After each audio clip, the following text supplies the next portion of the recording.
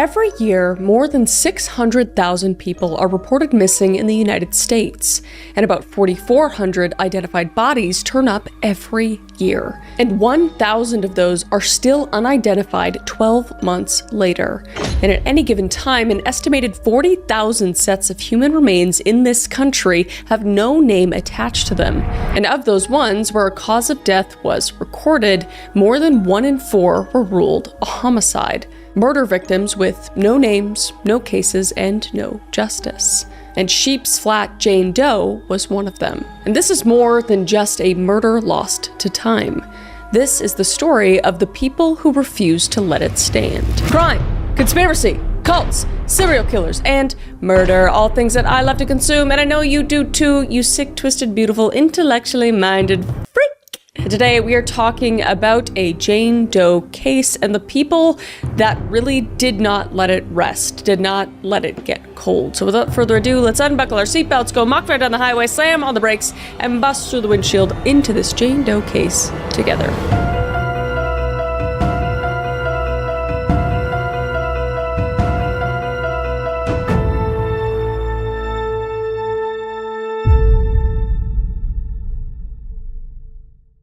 Alright, so I have Googled, is this normal? More times than I'd like to admit. And I have spiraled at 2 a.m. over a symptom, okay? I know a lot of us have, but I definitely have more than once. And I've told myself I'd book an appointment next week for about 6 months straight. It turns out the problem was never finding the time, it was just finding the right doctor. And that's where ZocDoc changed everything for me. Now, ZocDoc is a free app and website that helps you find and book high-quality in-network doctors so you can find someone you actually love and you actually want to go to and you actually want to make the appointment. And we're talking 150,000 providers across all 50 states and 200 plus specialties like primary care, dermatology, dentistry, eye care, you name it. And you can read thousands of verified patient reviews, see real-time availability, and book instantly. And you're not playing phone tag back and forth, and you're not waiting forever. And most appointments happen even within the first 24 to 72 hours. And sometimes same-day appointments are an option. So stop putting off those doctor's appointments and go to ZocDoc.com/CCCM to find and instantly book a doctor you love today. That's ZocDoc.com/CCCM. Thank you so much to ZocDoc for sponsoring the video and finding a doctor for me and supporting the channel. And let's get back to it. So there's a meadow off the Mount Rose Highway between Reno and Lake Tahoe, 8,900 feet up, tucked into 30,000 acres of wilderness.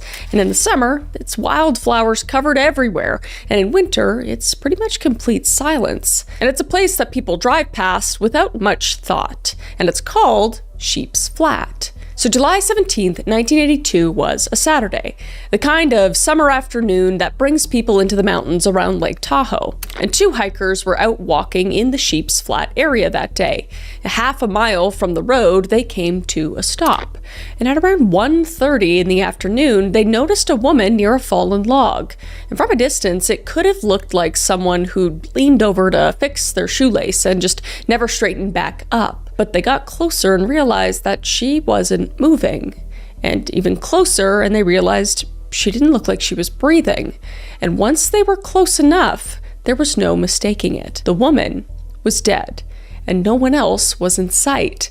So the hikers made their way back to the road and called for help and waited for authorities. So Washoe County Sheriff's deputies were the first to arrive, and they found that the woman was wearing a sleeveless powder blue t-shirt, a pair of jeans, and yellow tennis shoes, or running shoes. And underneath her clothes, she had on a blue bathing suit. A blue bikini bottom was folded into one of her jeans pockets, and everything she wore said, Lake Day, basically. But someone had covered the back of her head with a pair of men's underwear, and she carried essentially nothing. No wallet, no purse, no keys, no jewelry. No identification of any kind. So investigators fanned out across the meadow and found that the dirt showed 2 people had walked from where the cars were parked to the place where she was found. Yet, there was only one set of walking back. So whoever had been with her had left alone. and the scene looked pretty much undisturbed. Nothing torn and nothing scattered and nothing really out of place.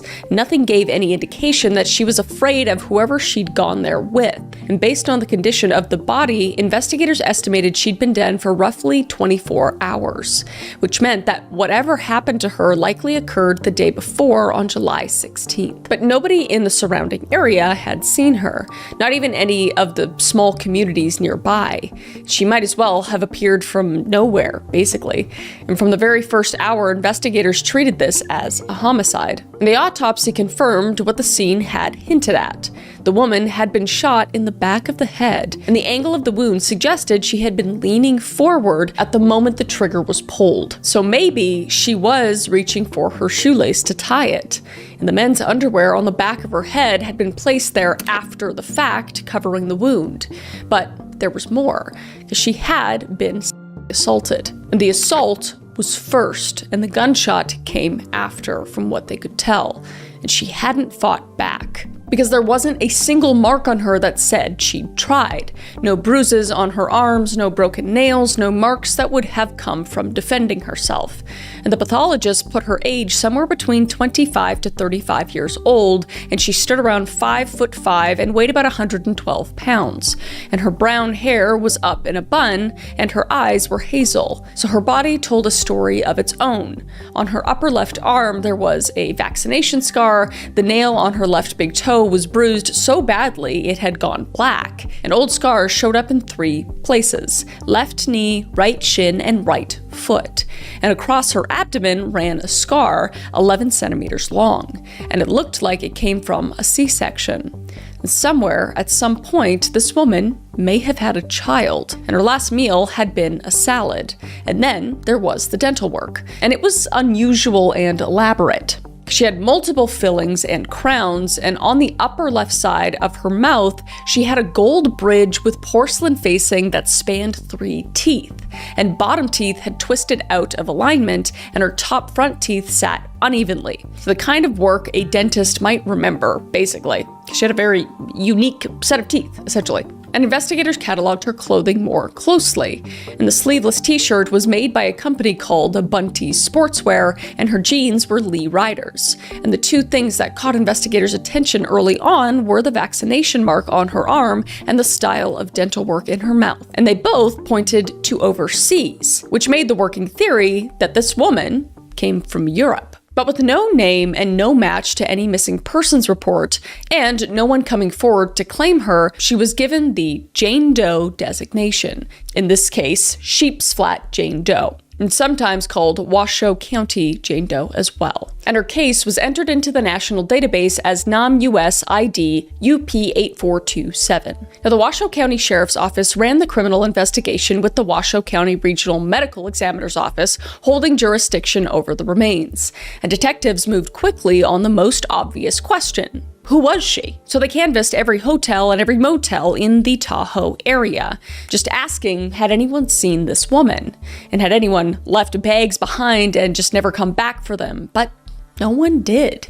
Not a single front desk clerk, housekeeper, or guest could place her face, and her description didn't line up with a single missing person case in the database. Not just locally, but basically anywhere in the country. And the dental work that had seemed so distinctive, so traceable, led investigators to contact Interpol. Because if she was European, perhaps someone overseas was looking for her. And the answer from Interpol was the same answer they kept getting everywhere else: no match. And the t-shirt offered a different thread to examine, though. And retail records traced it to stores in 3 specific states: California, Oregon, and Washington. If the shirt came from out of the West, maybe she did too. And it was the first hint that she might have had ties to the Pacific coast. But, quote unquote, somewhere in the western United States isn't an address. It doesn't really narrow it down too much. Essentially, it was a continent-sized guess, and certainly not enough to go off of just yet. So investigators took DNA from the body while they had it. But in 1982, the technology wasn't where it needed to be in order to make real headway in the case. And those samples would sit in storage waiting for the science to catch up. And no tips came in, and no calls from worried friends or frantic family members, and no coworkers asking why she hadn't shown up to work. So the silence on the other end of this case was absolute, and so she was buried. She would be buried at our Mothers of Sorrows Catholic Cemetery in Reno, Nevada, in a grave with no headstone. So a woman no one could name was put into the ground without a single person there who knew her. And for 37 years, that is where she would stay. So over the months and years that followed, detectives ran her fingerprints, her dental records, and eventually her DNA against every missing person who came close to matching her physical description. And each time, the result was the same. There was no match, as we know. And the count reached 227 by 2015. 227 cases opened, compared, and closed. And not one of them was her. And that number just kept climbing because the technology kept improving, and each time it did, they went back and tried again. And DNA analysis, as we know it now, didn't exist in 1982. But once the science did catch up, investigators pulled the original evidence out of storage and ran it through the new tools. And the assault kit that had been preserved since the day she was found turned out to contain a full DNA profile of whoever killed her.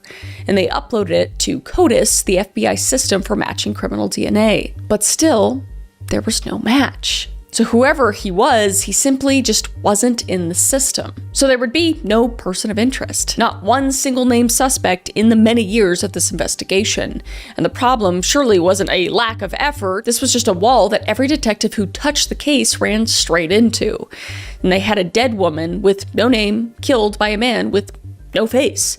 And in 1993, 11 years after the murder, Colo TV, a TV station in Reno, brought Detective Don Means back to the crime scene for a segment on the case. And Means summed up the frustration, saying, quote, "We've checked hundreds of people. If we knew who she was, we'd know who killed her," unquote. So the case surfaced in local media from time to time, but it never quite became a national story, destined to live in the back pages, appearing only when a reporter revisited it, then faded into obscurity again. And the original investigators would age out of the job, and one by one they left the department. And new ones picked up the file, read through it, and ran into the same dead ends their predecessors had. So the case outlasted careers, and there was no cold case unit at the Washoe County Sheriff's Office for most of the time this file sat open. But people kept trying to solve it anyway. And a fresh look at her teeth in 2010 blew apart the European theory that had guided the case for nearly 3 decades. And it opened up a new possibility. And in 2015, a detective named Dave Jenkins, working out of the newly formed cold case unit, built a different theory from the ground up. And his working theory placed her origins on the West Coast, not across the Atlantic. And he thought she might have cut ties with the people in her life on her own terms years before she ever ended up at Sheep's Flat, which would explain why nobody had ever filed a report. But Jenkins' theory was speculative. In that same year, the sheriff's office named the case their Cold Case of the Month on Facebook, hoping social media might reach someone that flyers and news segments hadn't. And an artist named Carl Kopelman created a forensic facial reconstruction of the victim. And we've talked about Kopelman before. He's very, very, very good at this. Now, Kopelman was an accountant by trade, and he'd been volunteering his time building composite images of unidentified people for free since 2009. And by the time he took on this case, he'd already completed more than 250 reconstructions. This guy is my hero, all right? And the image gave a face to a woman who had nothing but a case number for over 3 decades, and it connected people to her in a way that hadn't been done before. So her file sat in 2 major public databases for the unidentified, NAM-US and the Doe Network, and both were designed to keep cases like hers visible. And true crime bloggers and podcast hosts picked it up in hopes of finally finding the answer. And none of these cracked the case necessarily, but they kept her visible. And Larry Canfield had retired years earlier, but he never stopped believing the case would break. And he worked at it himself. And he knew what was sitting in the evidence locker. Quote, "Once we had the DNA of the suspect," he said, "sooner or later, something's going to break," unquote. But the big break came from an unexpected place. And in February of 2018, several forensic specialists from the Washoe County Sheriff's Office flew out to Seattle, where the American Academy of Forensic Sciences was holding its annual conference. And one of the lectures that week was on the subject most of them had never encountered before: forensic genealogy. And the speaker was Dr. Colleen Fitzpatrick. Now, Fitzpatrick wasn't a cop, and she'd actually built her career in physics, and she'd done work for NASA and the Department of Defense. And then she'd walked away from all of it to solve a completely different kind of problem. And she'd launch Identifinders International with a specific mission. And the idea was to use something called Y chromosomal testing to track down unidentified male killers in cases that had gone cold. So basically, she's doing the Lord's work. And alongside Fitzpatrick was a co-founder at a newer organization, and that was Margaret Press.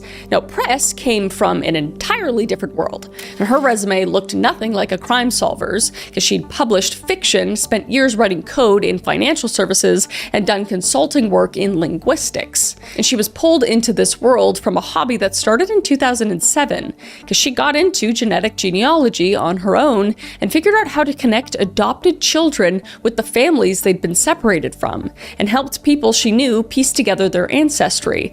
I need a hobby like this. I feel so unimpressive, like learning about these people's hobbies. Just like a little hobby, genealogy or whatever, connecting families back together, changing people's lives and whatnot. It's just a side gig, a little side quest. I think it's awesome. It's very cool. And together in 2017, they launched something called the DNA Doe Project, which was a nonprofit. And its straightforward mission was to give names back to unidentified remains across the country, which, as we know from the intro of this video, there are tens of thousands. So again, just doing Lord's work, And the Washoe County team sat in that lecture hall and realized they might be looking at the answer to their oldest open case.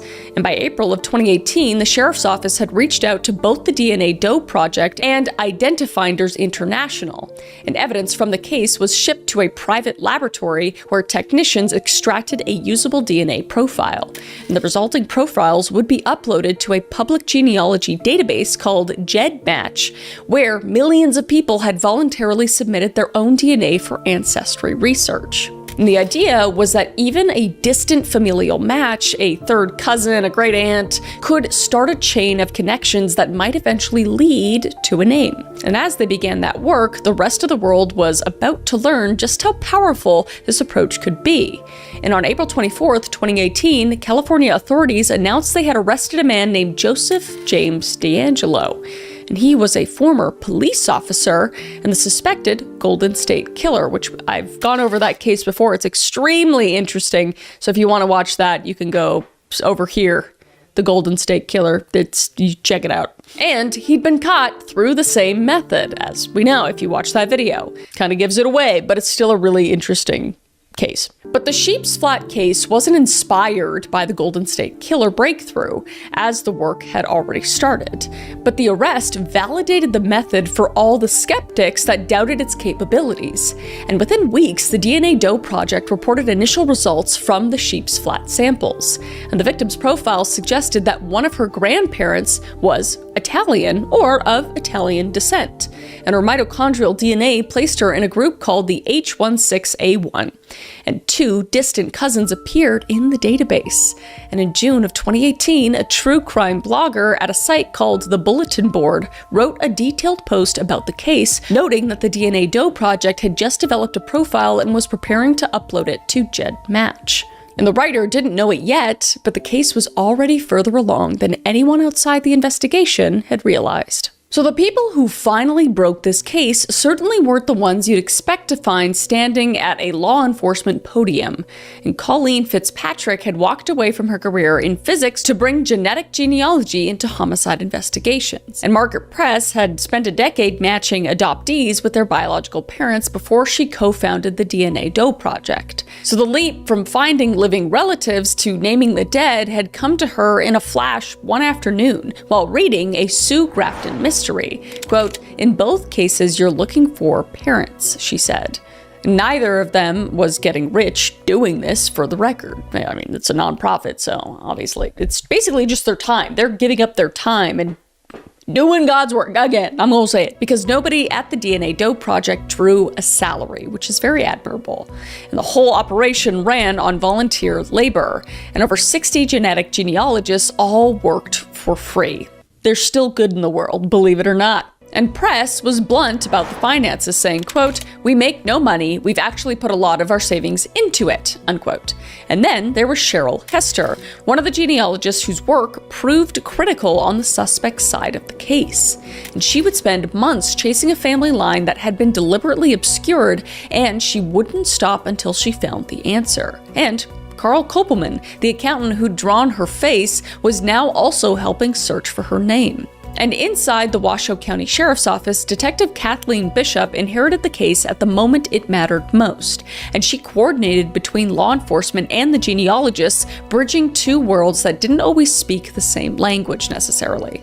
And when the results finally came in and the press conference was held on May 7th, 2019, the stage told the whole story. Because the press conference podium was lined with badges and uniforms. And right there, in the middle of all of it, were two women who didn't look like anyone's idea of a detective. And Fitzpatrick leaned into it, saying, quote, "Two little old ladies," unquote, she said with a grin. All right, I want to pause really quickly and talk about something I have added to my routine and actually noticed a difference with, and that is OneSkin. Now, I'll be honest, I'm very, very skeptical when it comes to any skincare claims. So what got my attention was the science. That's like the main thing that matters to me now more than anything. And OneSkin was founded by an all-women team of PhDs in longevity research. And at the core of everything they make is their OS01 peptide, the first ingredient clinically proven to target senescent cells, which are a key driver to wrinkles, fine lines, and loss of elasticity. We're out here trying to age gracefully, okay? And this is validated in 4 peer-reviewed studies.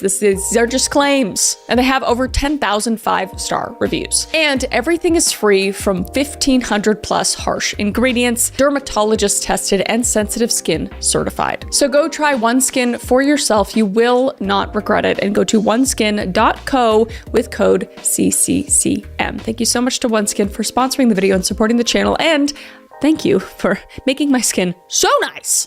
And let's get back to the video. So a private lab processed the DNA collected from the victim's body. And once the profile was built, it went into GED match or GED match. And it didn't run its own tests the way Ancestry or 23andMe did.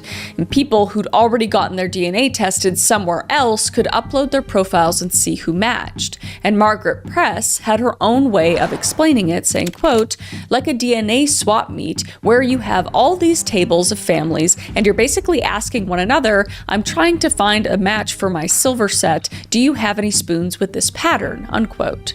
And what came back were distant branches on family trees that the genealogists would now have to build from scratch.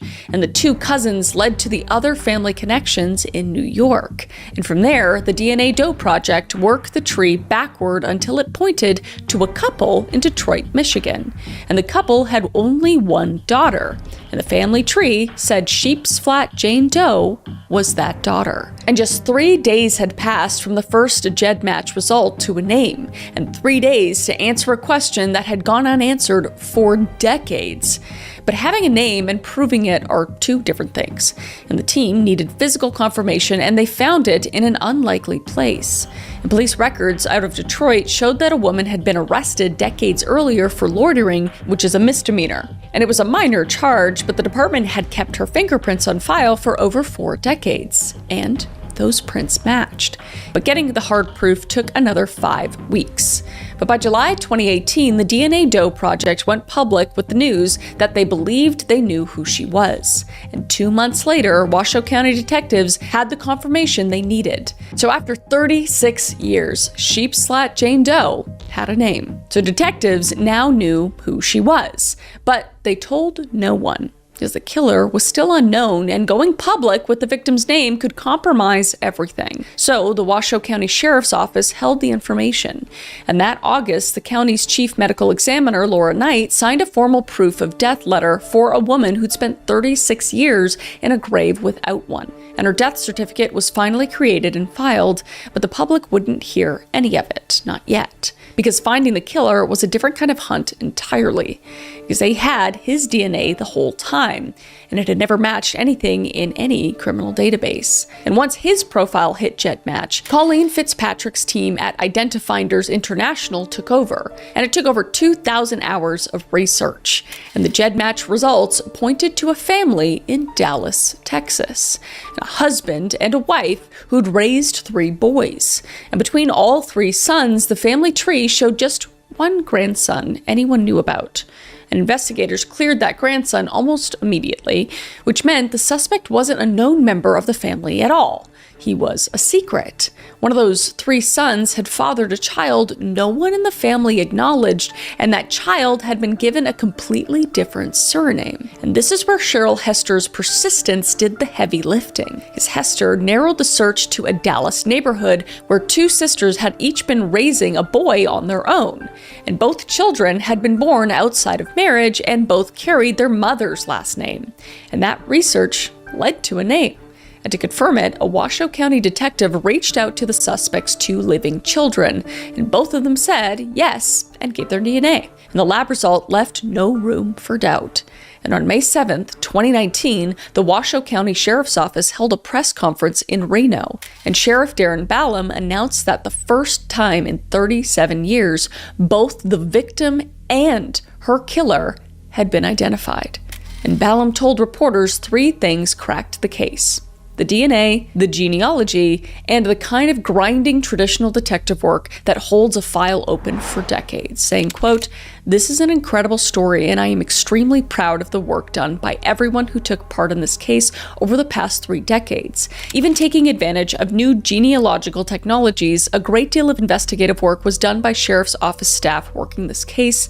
A reminder that the pursuit of justice never sleeps here at the Washoe County Sheriff's Office," unquote. And Detective Bishop, who had coordinated the effort from inside the Sheriff's Office, said, quote, "I was ecstatic because I was able to confirm for the forensic genealogists and for DNA Doe projects that this really works. And you're seeing it in all of these cold cases, and that's why they're being solved," unquote. Nothing like it had ever been done before. Genetic genealogy had cracked one half of a case or the other, but this was the first time it delivered both. And a woman no one could name and a man no database could find, and both pulled out of the darkness by the same science.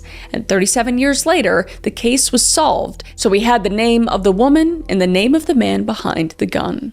Now, the woman's name was Mary Edith Silvani, and she was 33 years old when she died in that meadow. And her father, John Edward Silvani, was an Italian immigrant who'd been born in France. And her mother, Blanche, was born in Canada.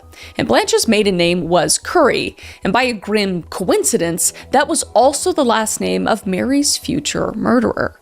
And Mary had 2 brothers, Robert and Charles, and her childhood was fractured almost from the start, because their mother had been battling mental illness for years, and eventually she walked out on the family while the kids were still growing up, and she would never come back. And Blanche never reconnected with any of them, dying in 1980 without ever seeing her children again. And that left John to raise 3 kids on his own. And then in 1964, John would pass away as well, and at that point, Mary was 16. So both parents were gone and no one was left, and a classmate named Paula Headley remembered her from those years. Mary apparently loved art and reading, and she spent hours at the Detroit Institute of Arts.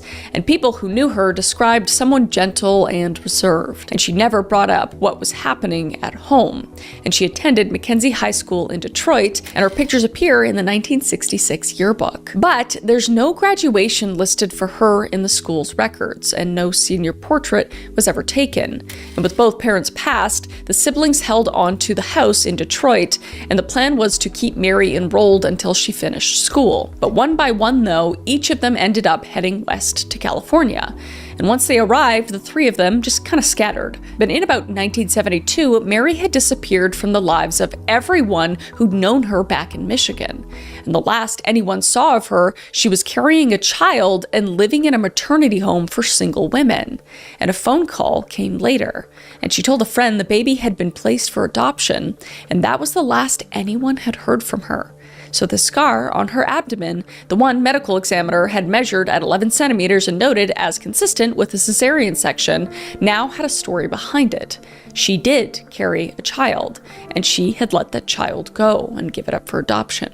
And by 1974, she was still in Detroit, and her brothers had already gone to California. And Mary eventually made the same move, though exactly when is unknown. And somewhere in the 8-year window between 1974 and 1982, no one has ever been found who knew her during those years. So an entire stretch of her life exists with no witness to it at all. But whatever connection she still had to Robert and Charles faded over time, and contact grew thinner and then just stopped altogether. And nobody reported her missing, and not because they didn't care, but because they thought she'd just chosen to disappear. And the people she'd left behind in Michigan all had the same story. Mary wanted a fresh start. She was out there somewhere, hopefully doing fine, and they hoped she was also happy. So Detective Jenkins had been right all along. She'd walked away from her own life, and nobody thought anything was wrong. And after the identification was made public, a high school friend named Nancy Cumming came forward with never-before-seen photographs of Mary at 19 years old, standing as a bridesmaid at a wedding. And before Nancy came forward, nobody had ever seen Mary's face outside of one grainy yearbook shot from Mackenzie High School's class of 1966. And now, for the first time, people could see her face the way her friends once had. And at the press conference, they'd put Kopelman's composite sketch up on the screen next to her yearbook photo from 1966, side by side with the imagined face and the real one. So both of Mary's brothers were already passed away by the time her name was recovered. So the truth about Mary came too late for either of them. And when investigators went looking for surviving family, the search led them to one person, Robert Silvani Jr., Mary's nephew, and he had never even met her. And Robert Jr.'s father, Robert Sr., had stayed in Detroit for a while. He married and had a son. But then he unraveled, cutting himself off from his wife and son. And he drifted out of Michigan, landed in California for a while, then kept going, dying by himself in Oregon. And by the time his dad disappeared, Robert Jr. was only 4 years old. So he grew up with nobody. There's a really common theme within this family. I mean, their mom left and left them alone, and then Mary left on her own and disappeared, and then her brother did the same thing. Like, I can't imagine the trauma that happened in their childhood, which led them to be the same way as their mother. It's wild. But his father, his Uncle Charlie, and his Aunt Mary left for California, and his mother had brought up Mary's name one time. And that was everything he knew about his father's sister. And roughly a year before the press conference, his phone lit up with a Facebook notification he never expected. And the DNA Doe project had found him, and the message said a homicide victim had been connected to his family tree. And it said, would he be willing to submit a DNA sample? And his sample helped confirm what the genealogist had already suspected. Mary Edith Silvani was his aunt. But he was told to keep it quiet at that point, because the killer hadn't been identified yet, and releasing any information could jeopardize the investigation. So he waited, in months of silence, carrying the knowledge of a family member he'd never known murdered before he was even born. And when the case was finally made public, he wanted Mary to know she was loved. And he'd never met her, or even seen a picture of her until the detective showed him, but she was family, and that meant something to a man who had grown up without one. And he wanted to get her a nice headstone. And the DNA process also connected Robert Jr. to a distant cousin named Angel Capril's, living in New York City, who he didn't even know existed either. And Capril's mother and Mary had grown up together, actually, saying, quote, "There are so many questions that we don't know, like why she didn't come back to the Bronx," unquote. And Caprile said, quote, "Everyone assumed she had a good life," unquote. The identification gave this family two things at once: the confirmation that someone they'd lost had been murdered, and the discovery that they had relatives they'd never even known about. And Robert Jr. got his wish. and the Diocese of Reno donated a granite marker for Mary's grave, and the inscription was written by the two relatives who'd found each other through her death, saying, quote, "Our lost angel has been taken to heaven. You have been found and will never be lost again," unquote. And then there was the killer. His name was James Richard Curry, born November 16th, 1946 in Bexar County, Texas. And his parents were never together, and his father came from a Dallas family that wanted nothing to do with the child. So his mother took him and gave him her own last name. And that erasure was one of the reasons it took so long to find him. And while still in Texas, he was actually arrested for robbery and sentenced to prison at the Huntsville unit. And they let him out in 1977.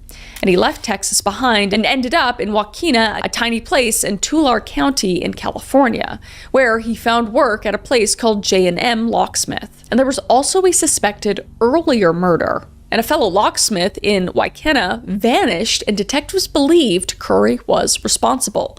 And that man's remains were never found. And in early 1982, months before Mary's death, a man named Richard Lemon Jr. was shot and killed. And Curry put Lemon's body into a crate and hid it in the Santa Clara self-storage on De La Cruz Boulevard, where it stayed until Curry confessed. So this guy, he's a serial murderer. And on July 17th, 1982, Mary Silvani was assaulted and shot in the back of the head at Sheep's Flat. And then came January 2nd, 1983, and Gerald Novoselac, who was 39 years old, and his wife, Sharon, who was 34 years old, ran a competing storage operation out of San Jose.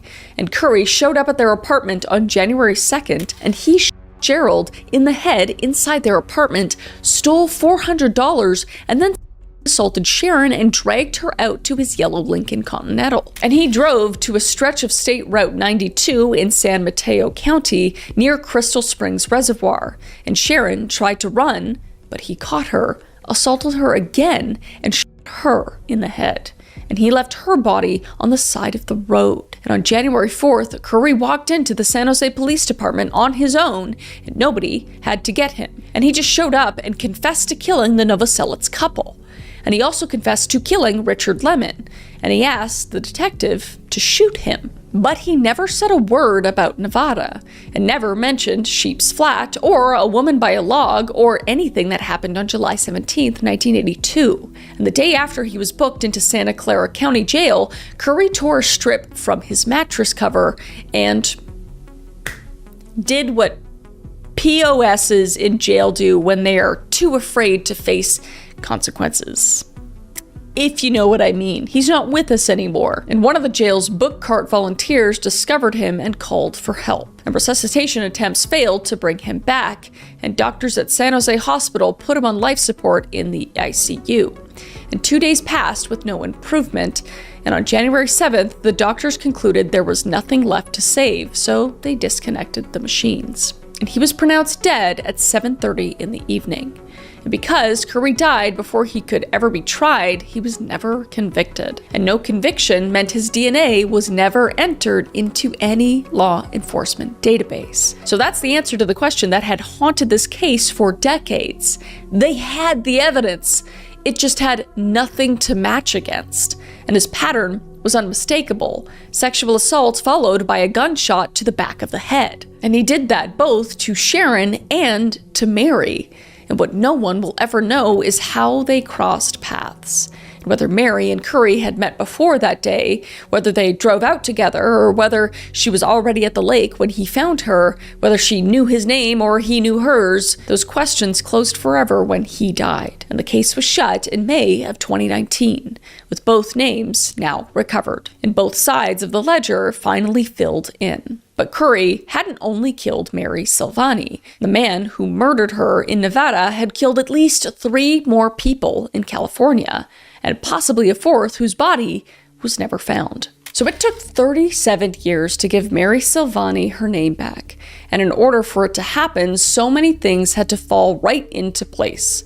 A physicist who once built instruments for NASA had to decide that tracing the dead mattered more than her career in defense research.